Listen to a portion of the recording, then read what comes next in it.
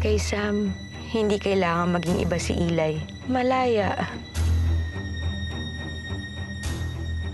Yes, Eli. Like a butterfly.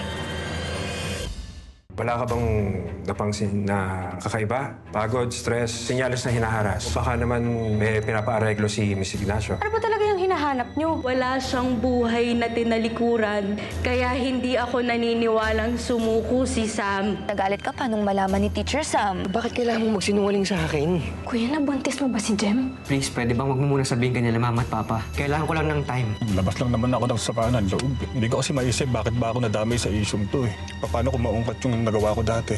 Baka isipin pa nila may relasyon din kami ni Sam. Bakit? Nagkaroon ba? Hindi mo pa naiintindihan kung ano yung gulong pinapasok mo. Lalo mo lang nilapit yung pamilya natin sa gulo eh. Kailangan nating mag-ingat. Huwag na huwag mong sasabihin ito kahit kanino.